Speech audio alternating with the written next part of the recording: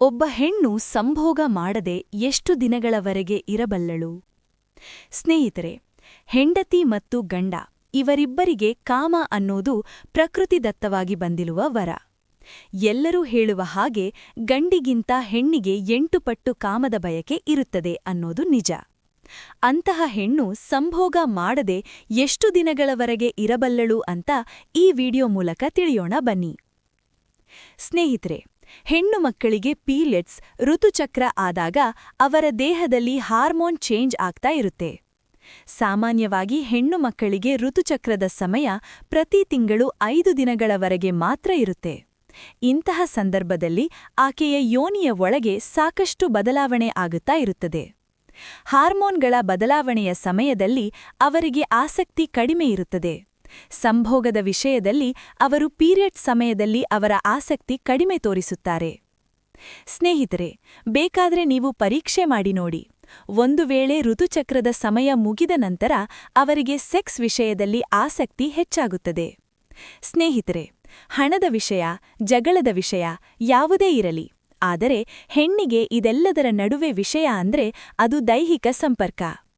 ಹೆಣ್ಣು ಸಂತೋಷವಾಗಿದ್ದಾಗ ಅವಳು ಕಾಮಸುಖ ಬಯಸುತ್ತಾಳೆ. ಆದರೆ ಗಂಡು ಹಾಗಲ್ಲ. ಅವನಿಗೆ ವಿಪರೀತ ಟೆನ್ಷನ್ಗಳ ಮಧ್ಯೆ ಕಾಮದ ಬಗ್ಗೆ ಆಸಕ್ತಿ ಕಡಿಮೆ ಇರುತ್ತದೆ. ಸರಾಸರಿ ವಿಷಯದ ಆಧಾರದ ಮೇಲೆ ನಾವು ನಿಮಗೆ ಹೇಳುವ ವಿಷಯ ಏನು ಅಂದ್ರೆ 40 ರಿಂದ 45 ವರ್ಷದ ಮಹಿಳೆಯರಿಗೆ 15 ರಿಂದ 20 ದಿನಗಳವರೆಗೆ ಸಂಭೋಗ ಮಾಡದಿದ್ದರೆ ಪರವಾಗಿಲ್ಲ. ಅಕಸ್ಮಾತ್ 20 ದಿನಗಳ ನಂತರ ಅವರಿಗೆ ಸೆಕ್ಸ್ ಅನುಭವ ಆಗಲಿಲ್ಲ ಅಂದ್ರೆ ಅವರೇ ನಿಮ್ಮನ್ನು ಅಪ್ರೋಚ್ ಮಾಡಬಹುದು. ಅಕಸ್ಮಾತ್ 3 ರಿಂದ 4 ತಿಂಗಳು ಹೀಗೆ ಮುಂದುವರೆದರೆ ಅವರ ಪ್ರೈವೇಟ್ ಪಾರ್ಟ್ ಅಂದ್ರೆ ಯೋನಿಯಲ್ಲಿ ಸಾಕಷ್ಟು ಬಿಗಿತ ಶುರುವಾಗುತ್ತದೆ. ಅವರಿಗೆ ಕೋಪ, ಮನಸ್ತಾಪ ಬರಲು ಶುರುವಾಗುತ್ತದೆ.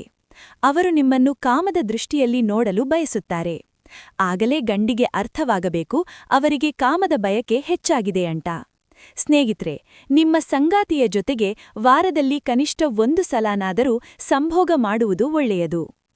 ಸಂಗಾತಿಯಿಂದ ನೀವು ದೂರ ಇದ್ದರೆ ಅವರ ಜೊತೆ ಫೋನ್ನಲ್ಲಿ ದಿನಕ್ಕೆ 1 ಸಲನಾದರೂ ಮಾತನಾಡಿ, ಅವಳನ್ನು ಸಂತೋಷದಿಂದ ಮಾತನಾಡಿಸಿ, ಅವಳ ಜೊತೆ ಫೋನ್ನಲ್ಲಿ ಪ್ರೀತಿಯ ಬಗ್ಗೆ ಮತ್ತು ಸಂಭೋಗದ ಬಗ್ಗೆ ಕನೆಕ್ಟ್ ಆಗಿ.